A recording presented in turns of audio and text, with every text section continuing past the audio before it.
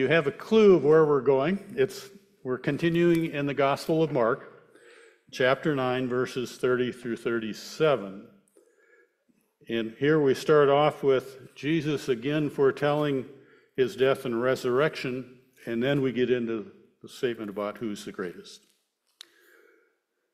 Jesus and his disciples went on from there and passed through Galilee. He did not want anyone to know it, for he was teaching his disciples, saying to them, "The Son of Man is to be betrayed into human hands, and they will kill him, and in 3 days after being killed, he will rise again." But they did not understand what he was saying, and were afraid to ask him. Then they came to Capernaum, and when he was in the house, he asked them, "What were you arguing about on the way?" They were silent, for on the way they had argued with one another who was the greatest. He sat down, called the 12, and said to them, "Whoever wants to be first must be last of all and servant of all." Then he took a little child and put it among them, and taking it in his arms, he said to them, "Whoever welcomes one such child in my name welcomes me. And whoever welcomes me welcomes not me, but the one who sent me." The Gospel of the Lord. Praise you, O Christ.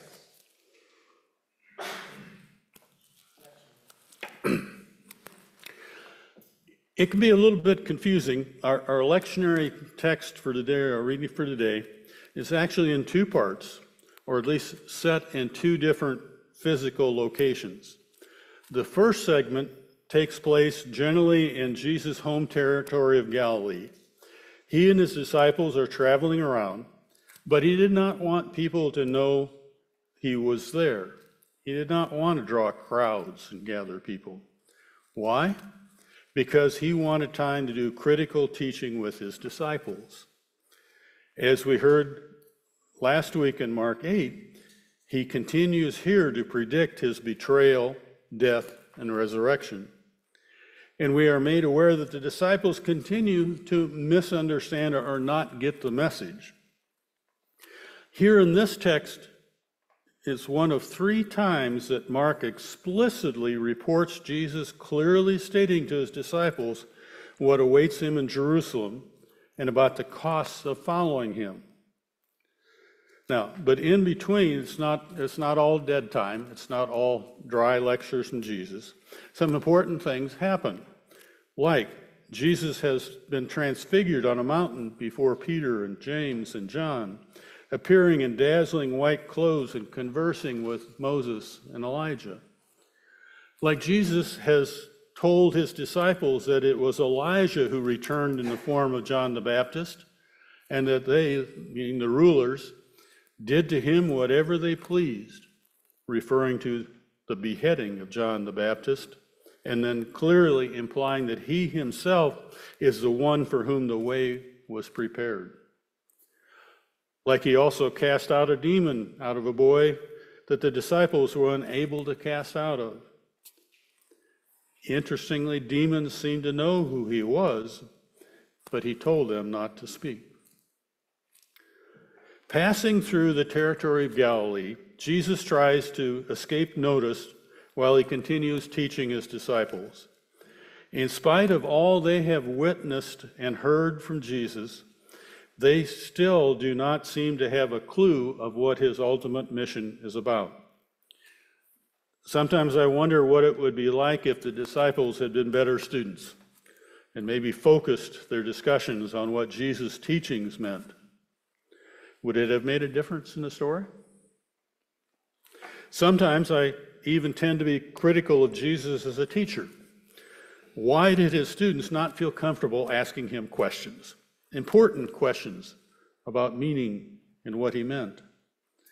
Was it because of his treatment of Peter, calling him Satan when Peter tried to just get Jesus to change his expectations?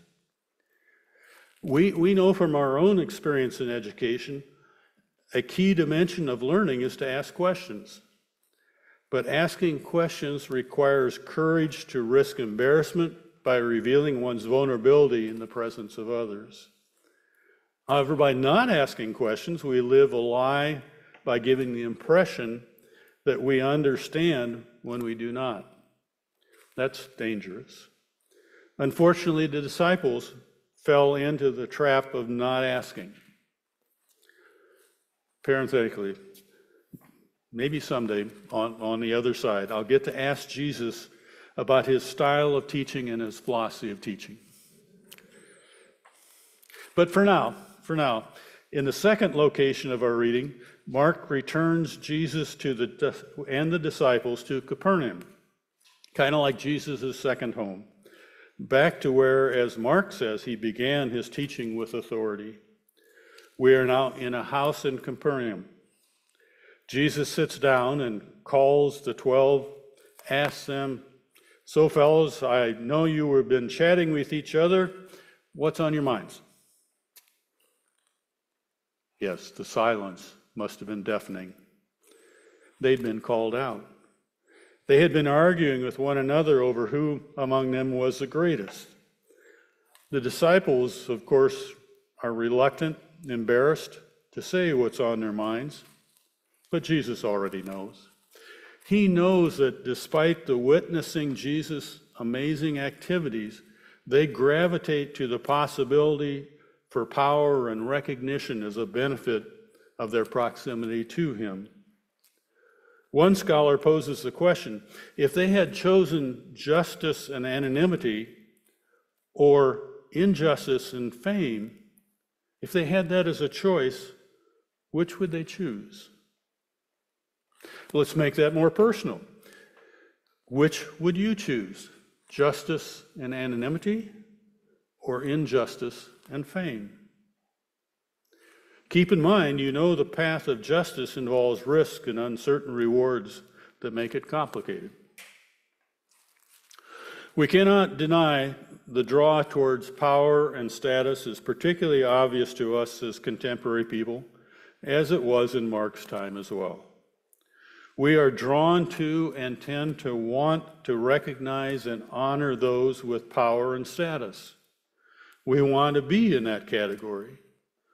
While gentleness and kindness are virtues that sound good, grit and ruthlessness are often associated with the most powerful and successful. Hallmark movies are never the box office success that we might get from an action film. Obvious ambition is celebrated by many, even while it may be critiqued by some. Yet, no doubt, social order recognizes and rewards ambition. Jesus disrupts this notion of greatness and significance with the inversion of social order. We hear him say, "Whoever wants to be first must be last of all and servant," also translated minister, "of all." As is common for Jesus, he then goes on to the heart of the matter and gives a purposeful, down-to-earth lesson with a visual aid. Here I give him credit for good teaching technique. In order to make his point even more clear, Jesus uses one who is considered property, or possibly non-human in the first century, a child. A child to demonstrate the waywardness of the disciples' musing about their status.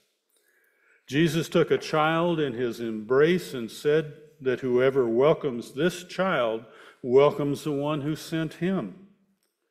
Since the child has no social status whatsoever in ancient Israel, he was clearly stating a reversal of social order by making the least first and the first last. In other words, in his messianic kingdom, new social ethic would be established by reversing the social and political fortunes of the dispossessed and restoring health to those who were sick and disabled, as well as dignity and value to children and women and outcasts.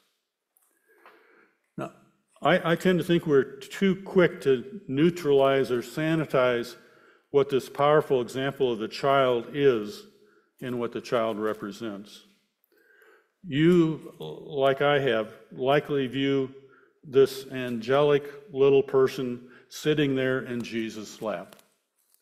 You've seen the great pieces of art depicting this, the picture with Jesus and his halo, and the child and its halo.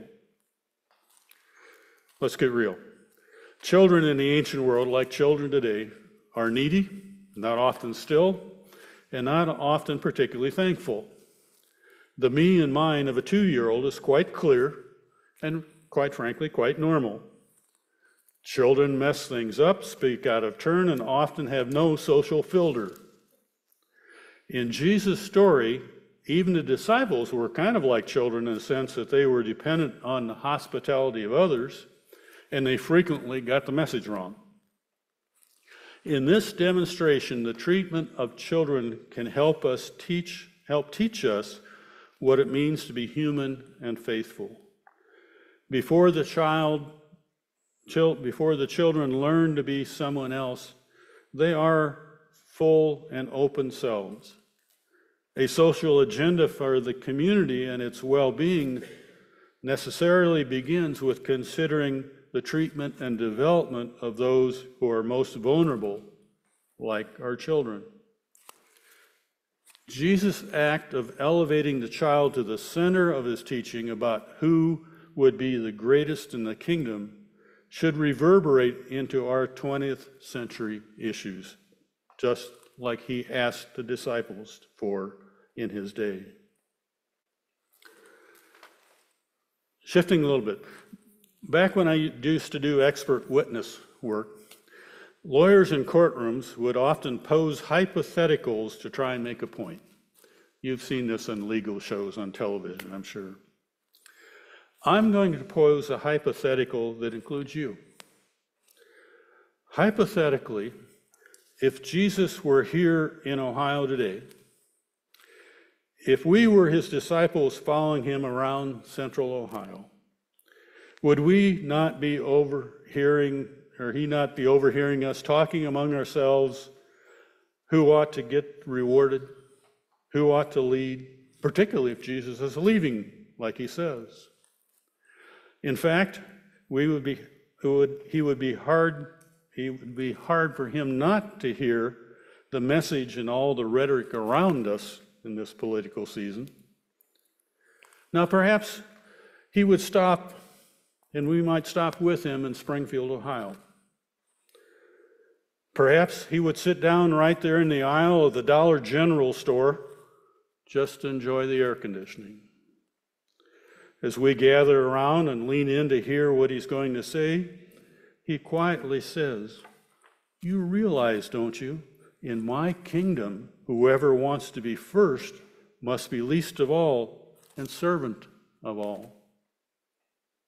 Now, as we're soaking that in, trying to get our heads around this totally countercultural statement, he stands and embraces a startled Haitian immigrant, one struggling to even understand Jesus' English, one struggling to understand a new culture, one struggling to find a place to live and fit in this new environment. Then, still cradling him in his arms, he turns to us and speaks over the man's shoulder to us with a bold voice. "Whoever embraces one of these children of God also embraces me, and far more than me, embraces God who sent me." Jesus places children of God in the center, blesses children, calls children to himself, declaring whoever does not receive the kingdom like a child will not enter it at all. Jesus attends to the least and makes visible a new kingdom, a new order, a new way of being. We too are called to love God and love a neighbor. We too are called to welcome the vulnerable, having no expectations of anything in return, and thereby welcoming Jesus and the one who sent him. Those who share the way of love without self-interest and hidden agendas partake in the realm of God. Jesus is showing us social behavior that bends towards the divine, showing us how it begins with how we treat those who may need us the most, the children of God. Amen. Now, I would invite